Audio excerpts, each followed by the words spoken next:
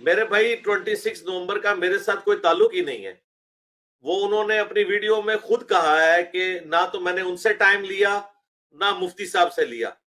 تو اس کو یوں ہی سمجھیں کہ کوئی شخص نہ لڑکی والوں سے ٹائم لے نہ لڑکے والوں سے اور برات لے کے پہنچ جائے اور کہ جی کرو, تو پھر آپ سمجھ سکتے ہیں, آپ تو ماشاءاللہ گوروں کے ملک میں رہ رہے ہیں, ایسے شخص کے ساتھ کیا ہونا چاہیے.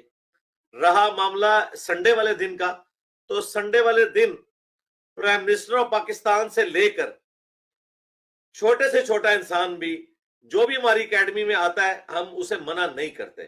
اکیڈمی کے دروازے سب کے لیے کھلے ہوئے ہیں. رہ گیا یہ والا جو تماشا انہوں نے لگانا ہے یا لگانا چاہتے ہیں, اس کا میرے سے کوئی تعلق ہی نہیں میرے بھائی. نہ میں نے اس کو رسپانس کرنا ہے نہ مجھے کوئی ضرورت ہے رسپانس کرنے کی, کیونکہ مجھ سے تو انہوں نے پوچھا ہی نہیں ہے, نہ مفتی صاحب سے پوچھا ہوا ہے.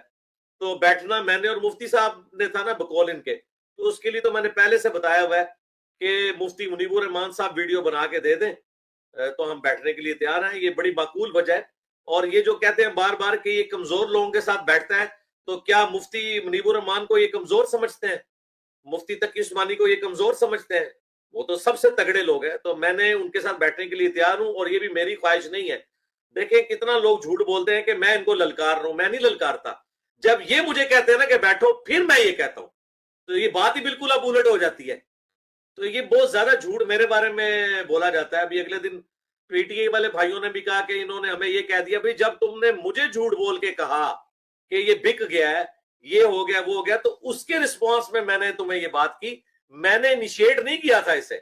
ٹھیک ہے, تو یہ بات جب بندہ جو شرارت کرتا ہے نا وہ پہلے نمبر کے اوپر یعنی مجرم ہوتا ہے, دوسرا جواب دینے والا تو جواب دے گا. تو مجھے تو کوئی شوق نہیں, میں نے تو اپنی اکیڈمی میں لکھ کے لگایا ہوا ہے کہ ہم کوئی مناظرہ نہیں کرتے, ہم عوام کی عدالت میں رکھتے ہیں.